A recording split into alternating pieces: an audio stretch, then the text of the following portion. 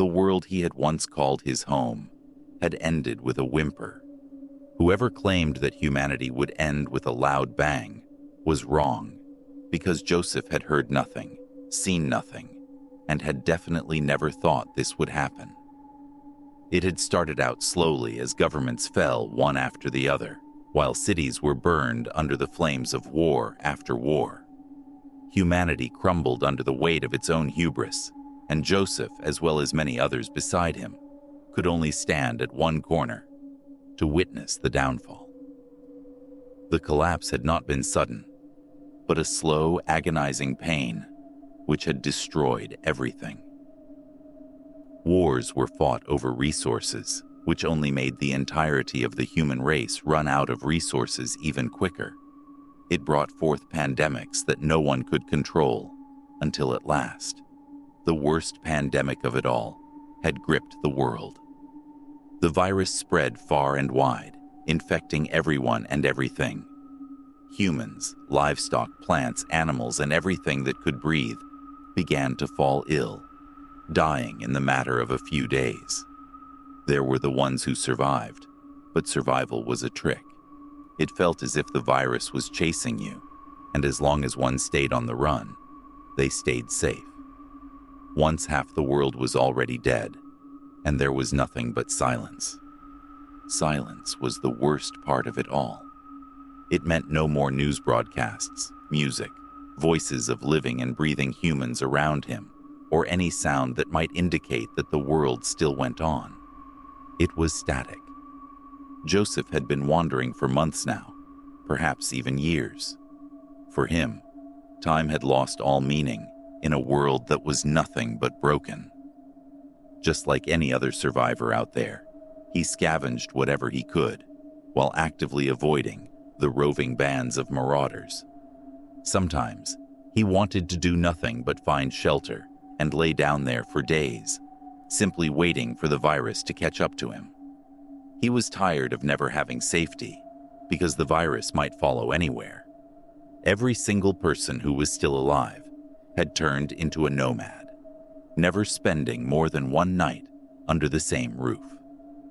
Sighing deeply, Joseph kept walking on the barren landscape, aware of how this virus had even deprived the world of nature. The sky was surrounded in a misty haze, making it impossible to see much in the distance, but Joseph kept moving. He had no desire to lay down under nothing but the clouds and spend the night in a treeless jungle. He wanted shelter. He wanted warmth against the biting chill of the winter air. He squinted his eyes, realizing how finally, after 40 years of his life passing by, his eyesight was beginning to fail him. What made him chuckle was knowing how he would never be able to get a pair of glasses for himself until he could somehow manage to make one on his own. But as the head chef in a gourmet restaurant, the only thing he had ever learned to make was a tender steak. As he walked ahead, still looking far and wide to find something, anything, that might bring him some element of hope, his green eyes finally landed on something. On the horizon, barely visible through the haze, stood what he thought was definitely a radio tower.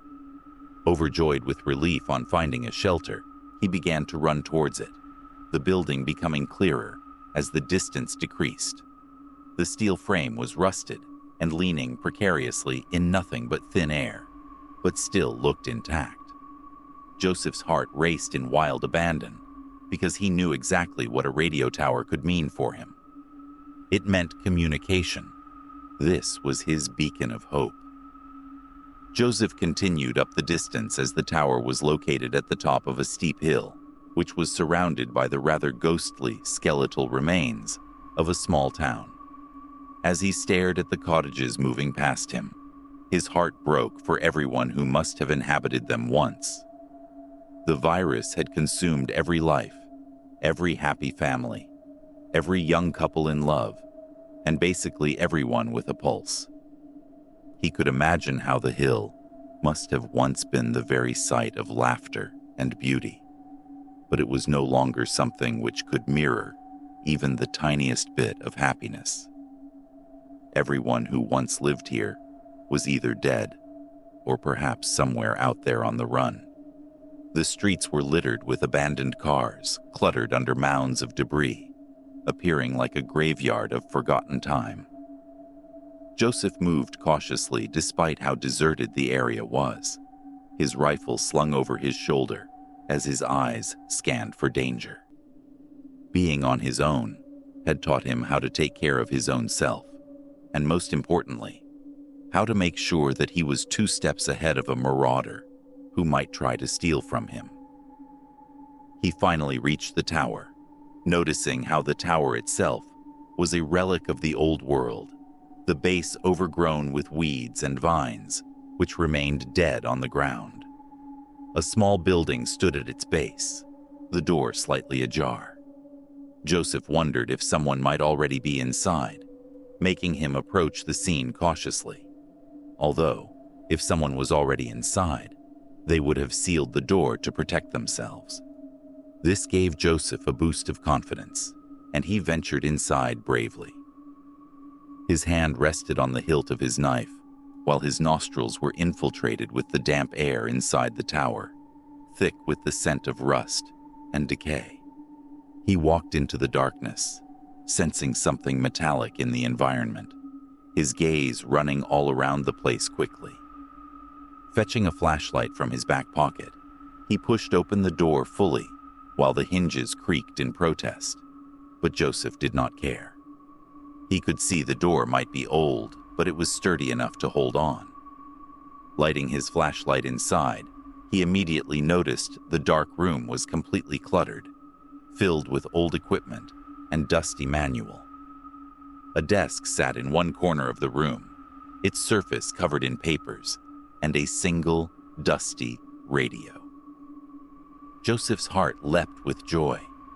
If he could somehow make the radio work, this just might be it. His only chance. He immediately went to work, beginning to explore the radio tower in quite detail. His flashlight helped him in the search, cutting through the darkness as he continued to look for anything he might find. Anything that might get him out of here. The equipment was old, but surprisingly intact, clearly having been created to handle the ravages of time. As he crept downwards towards the basement, his eyes twinkled upon finding a generator large enough to power the entire radio station. Taking a deep breath, Joseph went to check the fuel tank, which was half full, surprising him even further. He could truly not believe his luck. It seemed as if he had found a jackpot within this station. It was true he had tried to find some shelter after every 2 days, but none of the houses, building, or rooms he had been in earlier were replete with resources. They lacked doors and windows, and every necessity had already been looted. This radio station was nothing short of a treasure chest, making Joseph realize his luck. After a few minutes of tinkering with the generator, he somehow managed to get it running, the faint hum of electricity filling the air at once. He placed his flashlight back inside, tears stinging his eyes at having something as basic as electricity. He went back upstairs, his gaze searching impatiently for the radio on the desk. And just as he had expected, the radio flickered to life, its dials glowing faintly. This was it. Without wasting a single minute, he began to meddle with the controls, adjusting the frequency of the device to suit him. Although, that was the moment he noticed something that shocked him. The radio was not just picking up static, but Joseph could see that the old-fashioned device was actually receiving a signal. How was that even possible? Joseph was immensely confused and highly shocked. The faint, rhythmic beeping of the radio felt like the beating heart of a human as Joseph stared at it, unsure of what it meant. He breathed in deeply, turning the dial, trying his best to isolate the source, but the signal was extremely weak. He looked around, realizing how the signal was definitely coming from somewhere inside the tower. His curiosity got the better of him, and he knew he would never be able to rest without exploring further. This radio has been the only good thing which had happened to him in days, and he would never let this one opportunity slip away from him. He immediately began searching the building, using his flashlight to scan every corner of the building, since all the other bulbs were fused. Just as he was about to return back to front area after finding nothing in the back room, his foot slightly tipped on a loose floorboard, making him tip off his balance. Immediately unsure of what that meant, Joseph tapped on the floorboard several times, realizing how it seemed as if everything inside was hollow. What was that? He wondered, his eyebrows furrowing. Taking a deep sigh, Joseph went down on his knees, carefully beginning to probe at the loosened screws of the floorboard. He was absolutely certain that someone else before him had definitely opened and closed this floorboard quite often, due to how much more worn out it was than all the other boards in the room. Once the screws had been pulled away, Joseph removed the wooden barrier, his shock increasing when instead of simply finding something hidden in the room, he instead found an entire staircase leading downstairs. A note was attached to the top stair, and Joseph immediately tore it off, pulling it into the light to read. If you are reading this, you have found the key to your survival. It is about time you find out the truth. Take the staircase and come straight downstairs. The secrets are buried deeper, much deeper than you can ever think or imagine. Joseph's heart raced at the message, unsure of what it meant. A small device was placed by the note, which was exactly what had been catching the signal on the radio. Every part of his body wanted to take the stairs and explore what was down there, but his flashlight only revealed a sprawling staircase with no ground in sight. It seemed as if the stairs were going straight into the earth, and Joseph was scared to find out what might be hidden there. However, he knew that staying here while knowing fully well that there was something waiting for him underneath would make him regret this decision his whole life. He was tired of living like a nomad, scavenging for supplies and fighting for survival. The tower had brought him hope. And this staircase, no matter how terrifying it might seem, was part of the tower building. Taking a deep breath to calm himself, Joseph stopped thinking and finally stepped foot on the narrow and steep staircase below him. The air began to grow colder as he continued to descend, still finding no end in sight. The whole thing felt like a trap, an elaborate plan designed to lure people to their doom. Despite the fear in his heart, he still looked forward to finding out the truth. The note had promised a revelation of secrets, and Joseph wanted to know what was going on. As he continued to descend, faint white light began to appear from down below, which only became brighter the more Joseph came closer to the core of the earth. Still caught up in the fever of the dream, which was unfolding before him, he finally stepped foot on solid ground, the staircase ending at last. A massive underground facility sprawled before him, the lights so bright he was almost blinded by their impressiveness. The walls were lined with steel, and the floor was covered in what appeared to be normal ground. Joseph looked up, shocked to find an earthen sky spreading above him. It felt as if he had made his way down into the earth, but he was still on the surface. Or perhaps everything before him was just an illusion, to make him believe he was still on Earth. He walked further, his eyes widening as the massive facility opened into a vast landscape, the sight before him appearing to be something out of a futuristic movie. The cars were flying, and animals were moving about, appearing prim and perfect. He could see people who looked just like him, but were clearly different. They saw him, but did not register his presence, as if he was invisible to them. All the men were tall and handsome, and all the women feminine and beautiful. What was even more jarring was how everyone was young.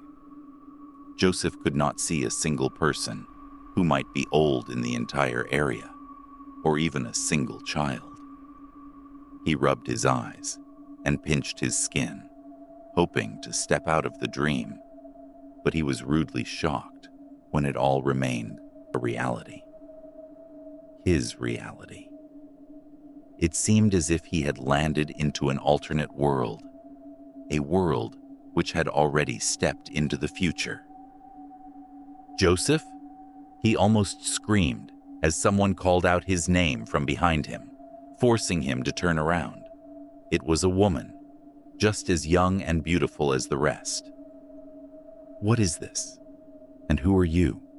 he asked, terrified of what might become of him. "I am Katana. I left the note for you at the top stair in the radio station. I already knew you were going to find it and come here. But I am still glad you made it. We have been looking forward to seeing you." Joseph continued to stare at her dumbly, shaking his head at the entire thing. "How do you know my name?" he finally asked, even though he had a million other questions as well. "I know you are confused, Joseph, and you are thinking quite a lot of things, but I promise you that I will explain everything if you follow me. Do you trust me enough to be the person who reveals these secrets to you, Joseph?" she asked, her voice sounding fluttery and perfect, as if she was not a human, but a robot instead. "I don't even know you," Joseph replied, a part of him wishing to take the stairs back to the radio station and spending the rest of his life without ever discovering that floorboard. "You don't know anyone here, Joseph," she answered, maintaining her ever-present smile. The way she continued to take his name after every sentence creeped him, causing goosebumps to appear on his skin. He did not know what any of this meant, but he still needed to find out. If Katana was the one who had guided him here, she was also going to be the one who could send him back. Joseph wondered if he could run out through the facility and up the staircase, but as if on cue, the facility behind them sealed itself, disappearing entirely. "How the hell did that happen?" Joseph shouted, beginning to feel frustrated at the shocks he was receiving with every passing minute. "I can tell you everything if you follow me, Joseph," Katana replied, still unperturbed. "Okay," Joseph replied, nodding. He wanted to know what this place was in order to return to his own world. Katana led him through the metropolis of the futuristic city he was witnessing before his very eyes, crossing the roads which were devoid of traffic and the skies which were full of it. The two of them continued to walk, but not one person turned to look at Joseph curiously or seemed to wonder why he looked so different from the rest of them. Compared to the people here, Joseph was older, sweaty, and definitely dirty. His clothes were unwashed, and his face must be streaked with dirt. He would have felt self-conscious if he had not been feeling invisible. Katana finally stopped walking, opening a door. She stepped aside, allowing Joseph to enter first. "Welcome to Project Lazarus, Joseph," she said from behind him, while the glass doors closed automatically. "Project what?" Joseph asked, frowning at the term. "Joseph, do you believe that the virus which wiped humanity from the face of Earth was natural?" Katana asked, leaning against the desk placed in the almost furniture-less room. "Was it not?" Joseph asked in reply, unable to understand where this conversation was leading them. "No." Katana smiled, continuing to speak. "When the wars began to grow more rampant, a few scientists knew perfectly well that the world was going to come to an end sooner or later. Hence, they worked diligently on Project Lazarus, creating an underground futuristic city. Several human beings were already administered into the project before the virus was ever released on Earth, and they became the first ones to inhabit the city. They helped us in building everything, from flying cars to soaring trains, to automated rain and snow systems, and sustainable crops. Everything in the city was done by the first inhabitants, who were clearly chosen from the best of the best on Earth and brought here. Best of the best? Joseph interjected, chuckling at the statement. Project Lazarus was being built for the elite, by the elite, Joseph, Katana said, no longer smiling. She continued to speak. Once the city was ready, we were the ones who released the virus on Earth to remove humanity because it was filled with weak people who were not meant to stay alive. What do you mean?